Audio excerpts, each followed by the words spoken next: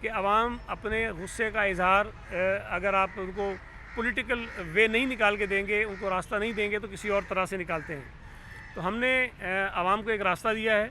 اور بڑی تعداد میں عوامی مارچ میں لوگوں کی شرکت اس بات کو ثابت کرتی ہے کہ ملک کے لوگ عمران نیازی کی حکومت سے بیزار ہیں. جہاں تک آپ نے بات کی کہ کیا فرق ہے کیا نہیں ہے، پاکستان کی تاریخ میں اس قسم کا مارچ کبھی نہیں ہوا جو کراچی سے شروع ہوا ہو اور 2000 کلومیٹر کا سفر کر کے 10 دن کے بعد وہ اسلام آباد پہنچے. یہ پہلی مرتبہ ہوا ہے. اور میں آپ کو بتا رہا ہوں نا، ایک جوکر مارچ بھی شروع ہوا نا، وفاقی وزیر بھی تھے، سرکاری پیسے بھی تھے، مرید بھی تھے، سارے زور لگائے گئے. اس کے بعد بھی وہ چند سو سے زیادہ لوگ کہیں پہ اکٹھے نہیں کر سکے. لوگ ان سے بیزار ہیں، نہیں جانا چاہتے ہیں. اور اس کے مد مقابل آپ دیکھیں کہ بلاول بھٹو زرداری کا مارچ ہے، اس میں لوگوں کی شرکت جو ہے وہ بے پناہ ہے، کراچی سے لے کے لاہور تک جہاں تک وہ پہنچے ہیں. تو یہ بڑا فرق ہے. اور اسلام آباد تک ہم جائیں گے تو اس کے اثرات ضرور آئیں گے. آپ دیکھیں اگر بلاول بھٹو زرداری صاحب کراچی سے نکل کے حیدرآباد پہنچتا ہے تو عمران خان جو ایک دن پہلے 24 گھنٹے پہلے 6 روپے فی یونٹ بجلی مہنگی کرتا ہے، اور اگلی رات جو مارچ کے بعد ایک عوامی مارچ کا جو پہلا دن ہے اس کے بعد اس کو پتہ چلتا ہے کہ بجلی مہنگی ہے تو 5 روپے فی یونٹ وہ بجلی کم کرنے کا اعلان کرتا ہے. 15 دن پہلے وہ 12 روپے فی لیٹر پیٹرول مہنگا کرتا ہے، اور اس کے بعد اس کو 15 دن کے بعد خیال آتا ہے کہ مہنگائی بہت ہو گئی ہے اور وہ 10 روپے جو ڈیزل اور پیٹرول کی قیمتیں کم کرتا ہے. یہ عوامی مارچ کے اثرات ہیں. یہ جو پیکا کا انہوں نے قانون بنایا ہے جو آپ کے خلاف ہے، میرے خلاف ہے، اس ملک کے جو سوشل میڈیا کے ایکٹیوسٹ ہیں ان کے خلاف ہے، اس پر جتنا کچھ ان کو سہنا پڑا ہے اور وہ پیچھے ہٹ رہے ہیں، یہ بھی اس مارچ کی میں سمجھتا ہوں کامیابی ہے. دیکھیں اگر تو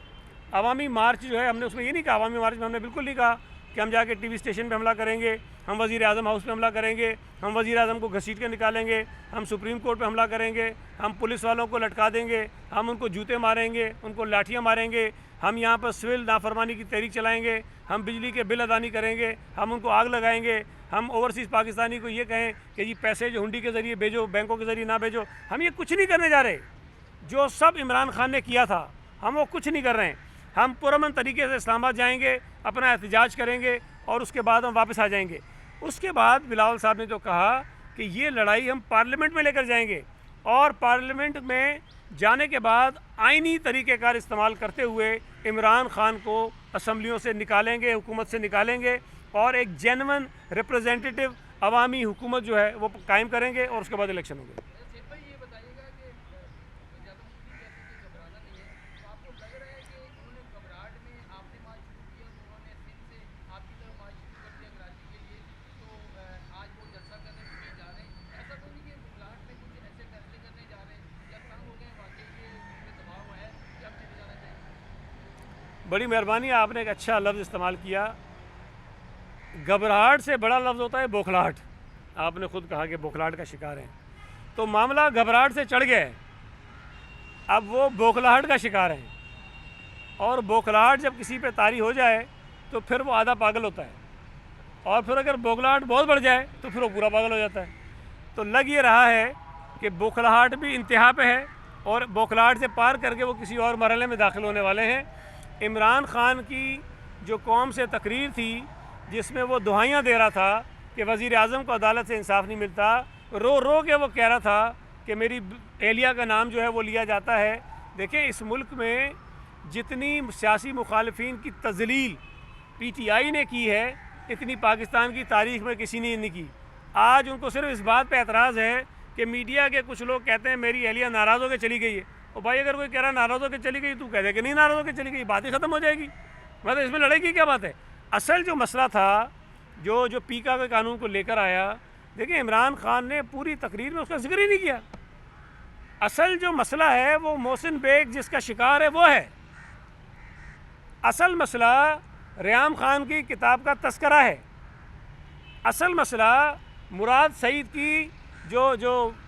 عمران خان کے بقول بے عزتی ہو رہی ہے نا وہ ہے. وہ انہوں نے ذکر ہی نہیں کیا. نہیں ہونی چاہیے. غلط دیکھیں کردار کشی کسی کی نہیں ہونی چاہیے، کسی کی بھی نہیں ہونی چاہیے. نہ پی ٹی آئی کے کسی شخص کی ہونی چاہیے، نہ اپوزیشن کے کسی شخص کی ہونی چاہیے، اور فیملی تک بات بالکل نہیں جانی چاہیے. لیکن بات یہ ہے کہ بھئی جس گندی روایات کا آغاز آپ نے کیا ہے،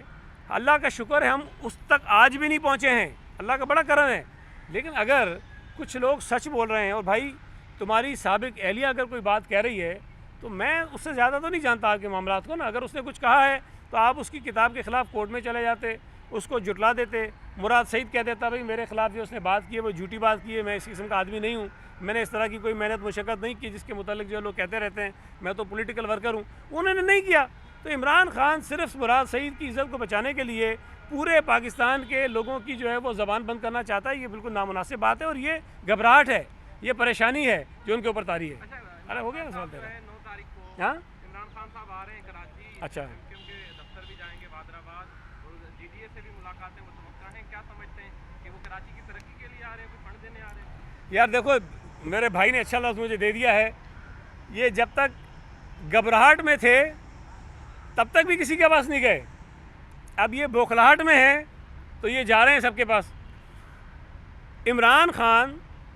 نعیم الحق کے جنازے میں نہیں آیا. عمران خان نے نعیم الحق کو جس حالت میں وزیر اعظم ہاؤس سے نکال کے کراچی بھجوایا، ذرا پوچھیے ان کے اپنے لوگوں سے، آپ جو پی ٹی آئی کے لوگ ہیں. یہ انتہائی بھیس آدمی ہے، یہ اپنے ان لوگوں کو بھی نہیں بخشتا جو اس کے محسن ہوتے ہیں. نعیم الحق سے ہمارے لاکھ اختلاف ہوں لیکن اس بات کو تو سب مانتے ہیں نا کہ پی ٹی آئی کا عمران خان کا وفادار تھا. وہ آدمی جب انتقال کر گیا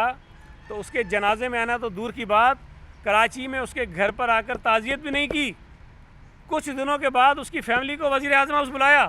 اور وہاں بیٹھ کے تعزیت کی. چودھری شجاعت کی جب عیادت کرنے اپوزیشن کے لوگ گئے، آصف زرداری صاحب گئے، فضل الرحمان صاحب گئے، شہباز شریف صاحب گئے، تو عمران خان نے اپنے اسی رونے دھونے والے جو خطاب میں کہا کہ اپوزیشن کو چودھری شجاعت کی صحت کا خیال آ گیا، بیماری کا خیال آ گیا، اگلے دن خود پہنچ گیا. وہ آدمی جو نعیم الحق کے جنازے میں نہیں آتا، اپنے کسی آدمی سے بات نہیں کرتا، پوچھتا نہیں ہے، وہ اگر چودھری شجاعت کی 40 منٹ تک عیادت کرنے کے لیے بیٹھ گیا تو اس کا مطلب یہ ہے کہ معاملہ مختار گل ود گئی ہے. پھر اس کے بعد وہ جو ہے جہانگیر ترین صاحب کو بھی فون کر کے طبیعت پوچھ رہا ہے. جہانگیر ترین آپ کو پتہ ہے پہلے بھی بیمار تھا. جب جہانگیر ترین بیمار تھا تو عمران خان اس کو گرفتار کروا رہا تھا، اور اگر اب جہانگیر ترین کو فون کر کے طبیعت پوچھ رہا ہے تو سمجھ جاؤ مختار گل ود گئی ہے. اب اگر وہ کراچی آ کر ایم کیو ایم کے پاس جانا چاہتا ہے اور جی ڈی اے کے پاس جانا چاہتا ہے اور تو بھائی جان سمجھ لو گل ود گئی ہے. بڑی مہربانی.